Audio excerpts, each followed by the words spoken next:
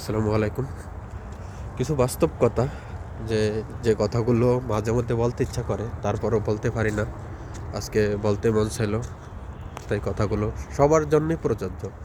যে আপনি একটা পরিবারে আছেন অথবা একটা পরিবার হবে, যেটা বলতেছি সাধারণত বিবাহ জীবন হোক, অবিবাহিত জীবন হোক, যেটা পরিবারের বড় ছেলেদেরকে নিয়ে সবসময় যে সমস্যাগুলো হয়, যেটা আমার সাথে হয় এবং আপনার সাথে আমি শেয়ার করতে চাই, সেটা হলো যে আমরা সাধারণত একটা পরিবারের জন্য অনেক কিছু করতে চাই।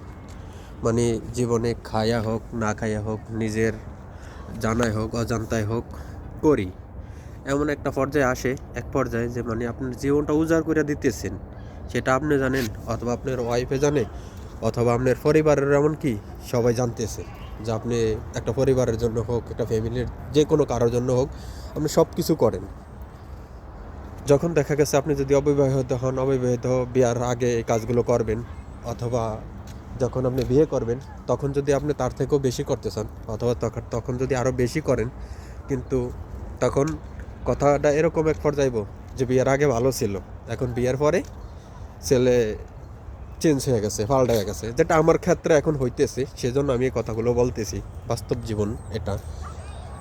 আমার বেলা আমি বিয়ের আগেও যেরকম ছিলাম, এখন দেখতেছি যে আমি এখনও এরকমই আছি, ভালোই আছি আলহামদুলিল্লাহ। অর্থ দিক দিয়ে হোক, টাকা পয়সার দিক দিয়ে হোক, যে কোনো বাবা মা ভাই বোন আত্মীয় স্বজন সবার জন্য একই করতেছি আমি। কিন্তু ফ্যামিলির কাছ থেকে দিন শেষে কি শুনি, যে আমি আগে ভালো ছিলাম, এখন কিছুই করি না, এখন আমি পাল্টে গেছি। আমি শুনতেছি, অলরেডি শুনি, কিন্তু মাঝে মধ্যে অনেক রাগ হয়, তখন কিছু কথা বাবা মারে হোক আত্মীয় স্বজনের হোক বলি যে আগেও যেরকম করছি এখনও ওই রকমই করি, পাল্টাইলাম কি। এটা হলো তাদের মন মানসিকতা চেঞ্জ হয়েছে, কিন্তু আমার না।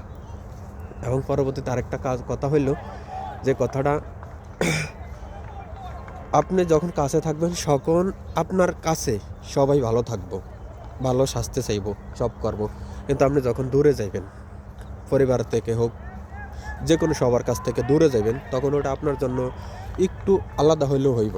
আপনার সামনে এক কথা বলবো, পিছনে আর একটা কথা বলবো। এই কথাগুলো বিশেষ করিয়া আপন লোকেরা বলে, অন্য কেউ বলুক বা না বলুক, কিন্তু আপন লোকেরা এই কথাগুলো বলবই, এটা স্বাভাবিক।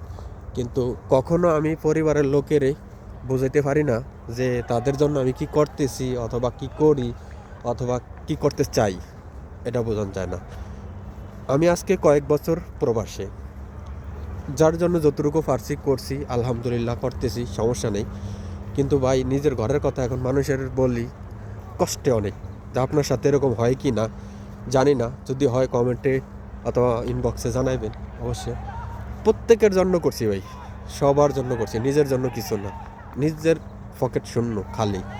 কিন্তু তারপরেও ফ্যামিলির কাছে এখন কি শুনি, কিছুই না। আমি দিন শেষে কারোর জন্য কিছু করি নাই। মানে 10 জনের মুখ যে আপনি একা কখনো ভরতে পারবেন, অথবা কারো ভরণ পোষণ আপনি সঠিক দিতে পারবেন না, এটা একটা প্রমাণ জলতন্ত। আমি চেষ্টা করছি ভাই মানুষের দেওয়ার জন্য, সবারে দেওয়ার জন্য উজাড় করিয়া দিছি।